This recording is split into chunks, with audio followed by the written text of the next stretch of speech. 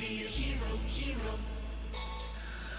the hero comes, I can hear the drums, and a horse is drawn to the kingdom come. Through the pale light, hearts ignite to the call. Good evening. I am the Doctor, formerly of Leviathan, currently on Excalibur. I am making this video as a commentary of my A5 Savage and A6 Savage current performance. So let's get started. This is our A5 clear week 1. We had to have a melee substitute because our ninja at the time could not make it. So we had an odd party comp for this, double warrior, double goon.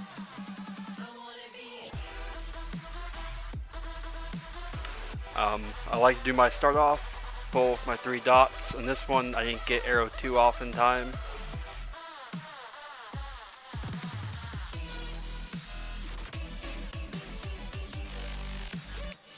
Going through.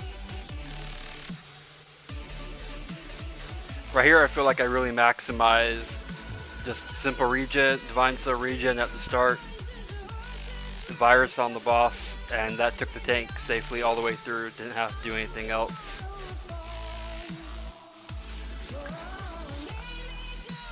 The movement I've been doing right here, I should have popped cleric stance and at least been throwing off arrows as I was moving. It's not much, but something.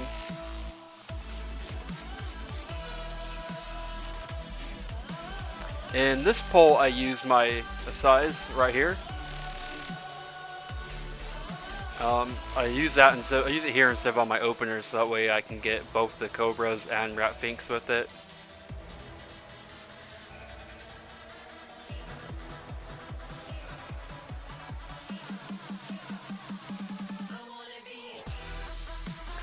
This was mostly in my original group. Rena Cynthia was the scholar I had the most experience with healing at this point.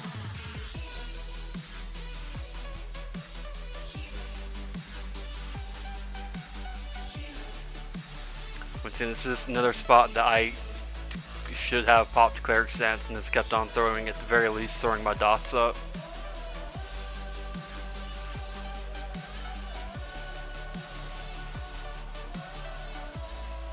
The regen right there probably may not have been necessary, but I like having, at least keeping the regen up on the main tank as much as I can at all times.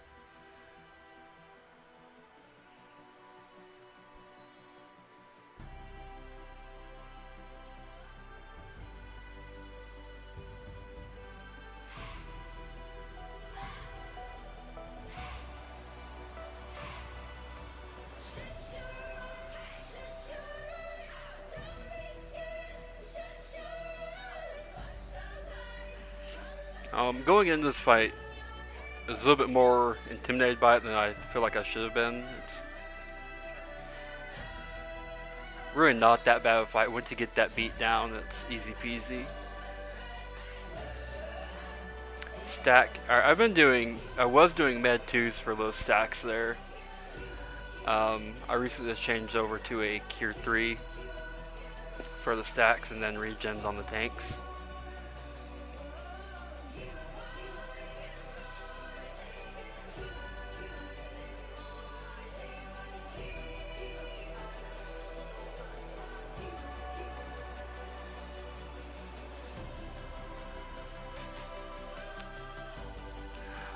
I probably could have popped Asylum there, regens, and gotten away for a little bit more DPS, but I like trying to save my Asylum for this upcoming part here with the shock therapies.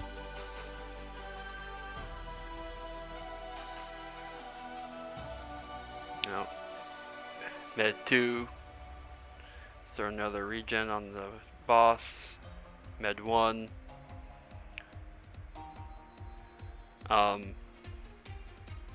I've since learned that really Med 2 and Asylum will keep everybody up as needed. Right here I should be 100% NM actually in cleric stance. Get whatever we can out of it.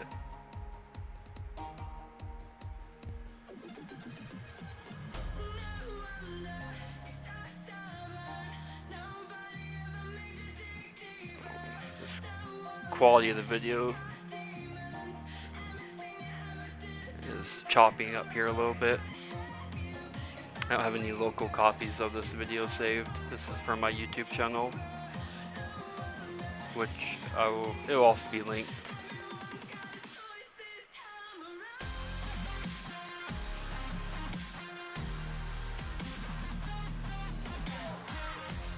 Hearing. Probably could put out a little bit, probably could at least put my dots up right there.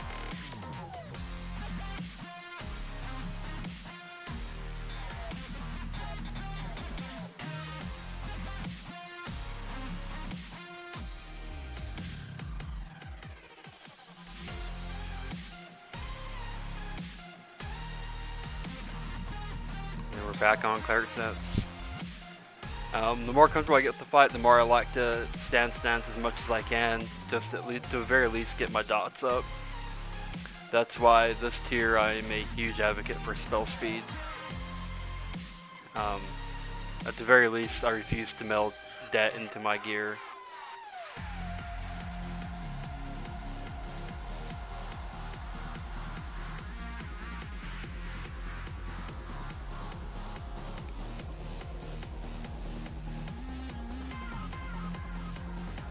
Now we got our stacks here. Regen on the off tank to get the snap aggro for the piggies. This is the part where I've always felt like I could push out more DPS, but I've been nervous to, like this last 20%. Partially because nobody likes to wipe when you're at the very end of the fight, so I've been playing it safer. It also goes along with having oh, I'm going to address that real quick. I was having controller issues at the time. I saw that I had the gloop gloop, and you see markers on my head. I'm actually trying to move right now. My controller wasn't letting me. And you see right there, it was doing a thing where it was making me stutter step.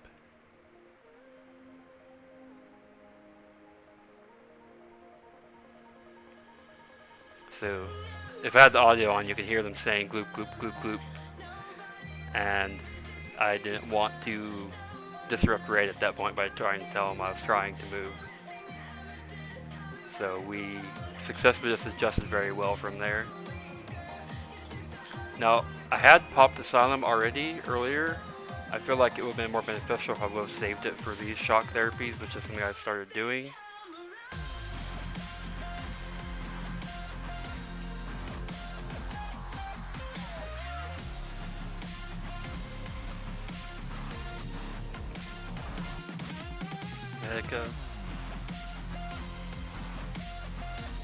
I feel like part of what's really going to help me up my game with this fight and these fights in general is consistency with tanks and cooldowns. Relearning new tanks and relearning the way they are doing the things that they're trying to do. It's affected the amount of DPS I've been able to push out in the way I've been doing things, because when playing with a new group or starting with a new group, I'm always going to play a little bit more conservatively. Because nobody likes to wipe at the end of the fight. Nobody likes to wipe in general. So there we have our A5S clear. I'm going to share a A6S progression bit now. Let's mute the volume on this one, they're loud. For A6S, I've been going Astro. I feel like A6 is a really great Astro fight. The cards help make up for lack of cooldowns that people might have at the start of robots. Along with Sinistry and Collective Unconsciousness, that's really a very well tuned class for A6 in my opinion.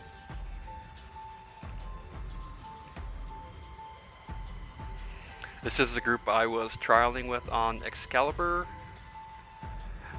Great people, great group. We just didn't mesh very well together.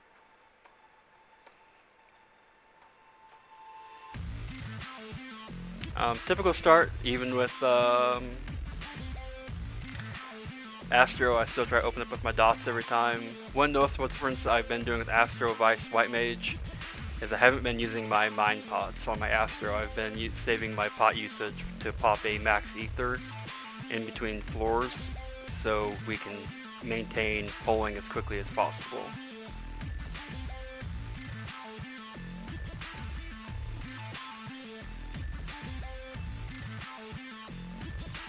This is something right here I need to work on. Oh, too far. I mean, this was real nice and all, but as I'm coming through this transition, I had that up for a long time. Then using it, this guy's been down for seconds already. I could have already been DPSing. And it is something that I've noticed that I've been doing. I'm getting a late start on my DPS in this part. I haven't been throwing up dots necessarily. Every once in a while I'll throw up my arrow one.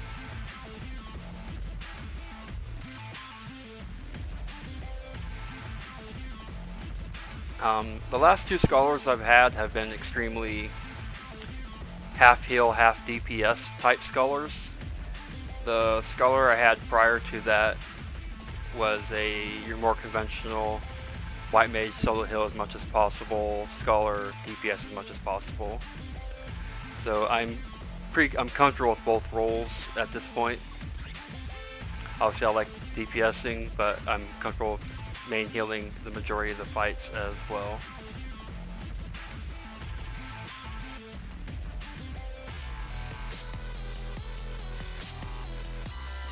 Skip ahead a little bit. Drawing cards. I did recently add ACT triggers that tells me what card I'm drawing and my timers on them, just to better assist in getting these cards going quicker and more smoothly.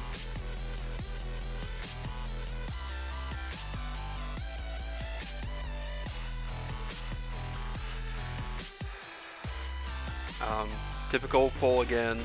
I'm a big fan of when I'm doing my initial pulls, regen, then virus, or disable as necessary. That is another reason why I love Astro for this fight. Disable is a beautiful move. Wish it lasted a little bit longer than 6 seconds, but beggars can't be choosers here.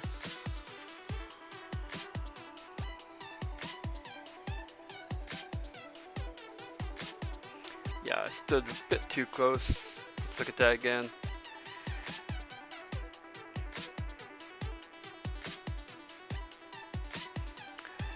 I mean, I am a hair too close right here.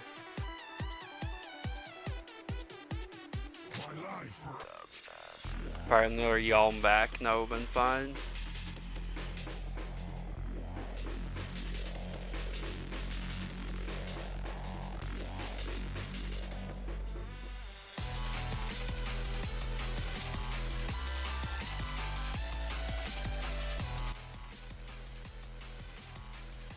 Okay. Finishing up with this. 2 chakrams, that's good.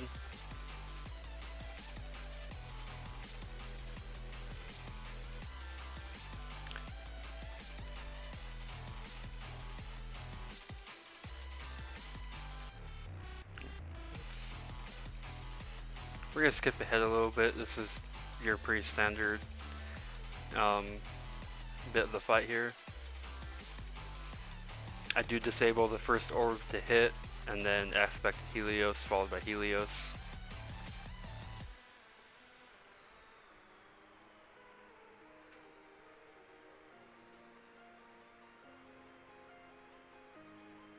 Let's evaluate why that Dark Knight died.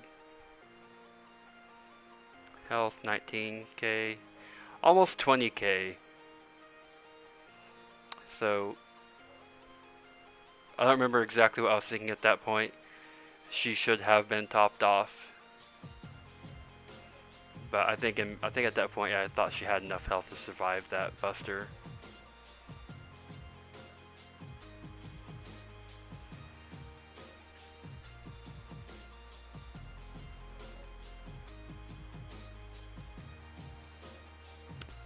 Alright, move on next floor.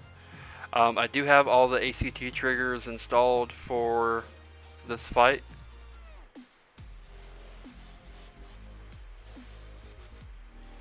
Oh, look at that.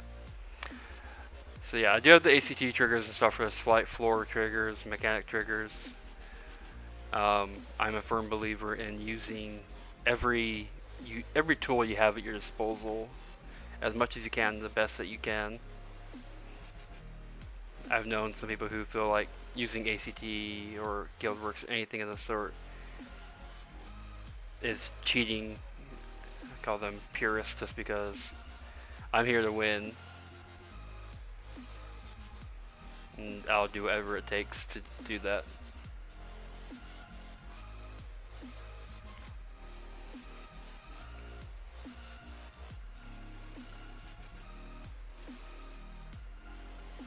So yeah, this group does the limit break strat right here. I've seen both strats done. Either way, my strategy remains the same for Astro. Whether the off tank is grabbing everything and moving it over, and the summoner or black mage is DPSing it down or limit breaking, I still pop synergy right there to keep both tanks up through that.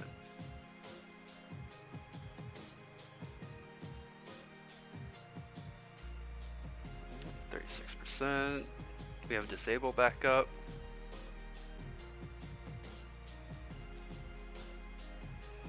I tend to use disable on this next set of bioarithmetics that's coming up here.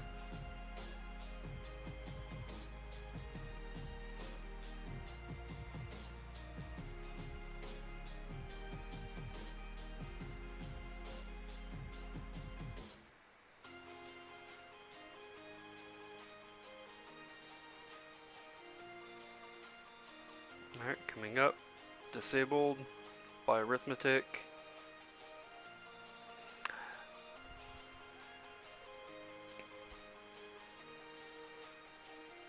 Too far. Yeah, it was killed shortly after that. Alright, this is the strategy I am most useful to, the one that Arthas cleared with in his video, where the tanks move the boss to where the water spouts are going to be dropped. I have done the more common Solitude strategy with A over here, B over here, A's for water, B's for puddles, etc, etc. So I'm not completely picky. I do feel like this strategy is a bit more effective as it allows for more uptime on the boss.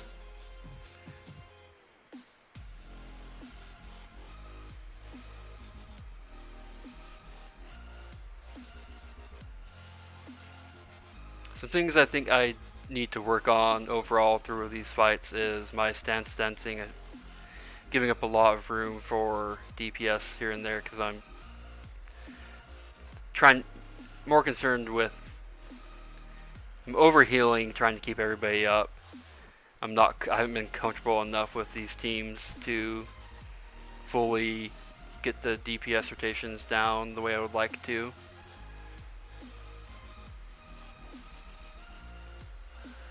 So,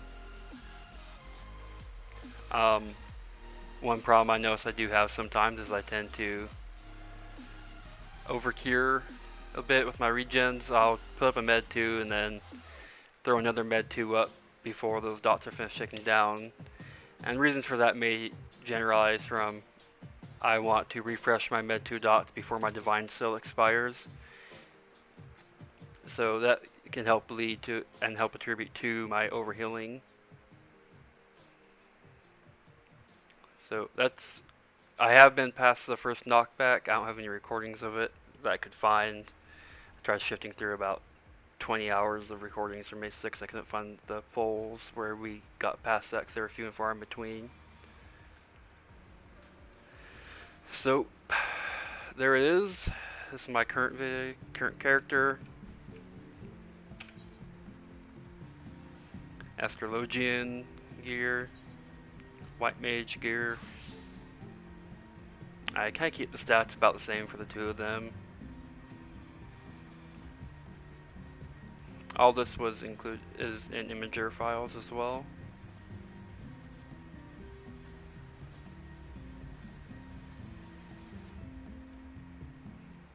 Anyways, thank you for taking the time to watch this video, and I hope you enjoyed it. Bye.